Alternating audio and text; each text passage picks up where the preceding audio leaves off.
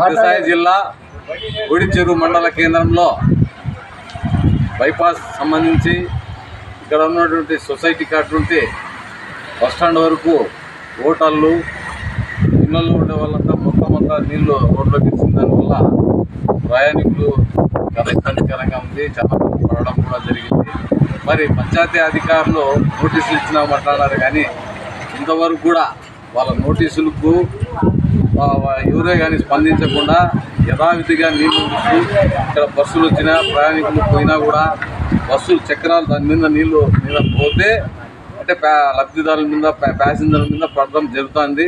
మరి ఇప్పటికైనా కూడా ఉన్నతాధికారులు మనం పంచాయతీ సెక్రటరీకి ఈ విషయం తెలిస్తే అయ్యా మేము నోటీసులు ఇచ్చినాము కానీ వాళ్ళు స్పందించడం లేదు అని చెప్పడం జరుగుతుంది.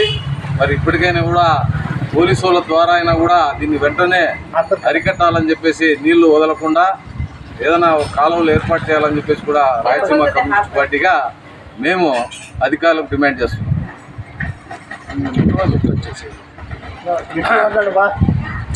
సత్యసాయి జిల్లా గుడిచెరువు మండలం ఓడిసి మండల హెడ్ క్వార్టర్లో ఉన్నటువంటి ఈ పంచాయతీలు మరి ఇక్కడ ఉన్నటువంటి హోటళ్ళు మరి అక్కడ వైఎస్ఆర్ అంబేద్కర్ సర్కిల్ కార్డ్ నుంచి మరి స్టేట్ బ్యాంక్ వరకు మరి మురికి నీరు అంతా పోతూ ఉంది.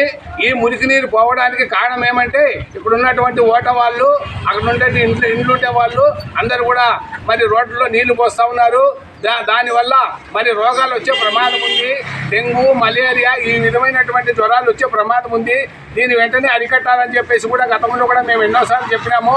అదేవిధంగా పంచాయతీ అధికారులు, పంచాయతీ కార్యదర్శి కానీ, పంచాయతీ ప్రెసిడెంట్ కానీ దీనిపైన చర్యలు తీసుకోవాలా. అదేవిధంగా మరి వాళ్ళకి ఎప్పుడు గుర్తులు ఏర్పాటు చేసి ఇక్కడ నీళ్ళు వేయనీయకుండా ఇవాళ మురికి నీరు పోతూ ఉంటే చాలా ఇబ్బందికరంగా ఉంది. ఎవరైనా హోటల్కి పోవాలన్నా ఫోన్ చేయాలన్నా కానీ చాలా ఇబ్బందికరంగా ఉంది. ఈ మురికి నీరు వెంటనే తొలగించేసి వాళ్ళకి ఇంకుడు గుర్తులు ఏర్పాటు చేయాలని చెప్పేసి కూడా ప్రభుత్వాన్ని మేము డిమాండ్ చేస్తున్నాము. అయితే వాళ్ళకి నోటీసులు ఇచ్చినారని చెప్పి తెలుస్తూ ఉంది. నోటీసులు ఇచ్చేదే కాదు, నోటీసులు ఇచ్చిన తర్వాత కూడా పోలీస్ కంప్లైంట్ ఇచ్చి వారికి మరి నీళ్ళు పోయినకుండా మరి చర్యలు తీసుకోవాలని చెప్పేసి కూడా ఈ పంచాయతీని కూడా మేము కోరడం జరుగుతూ ఉంది.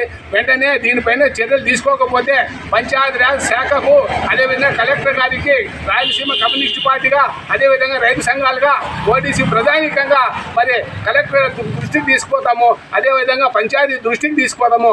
వెంటనే దీనిపైన చర్యలు తీసుకొని వీళ్ళు నీళ్లు పోయినకుండా పంచాయతీ వాళ్ళు దీనిపైన అరికట్టాలని చెప్పేసి కూడా రాయలసీమ కమ్యూనిస్ట్ పార్టీగా రైతు సంఘాలుగా మేము ఇవాళ డిమాండ్ చేస్తూ ఉన్నాం.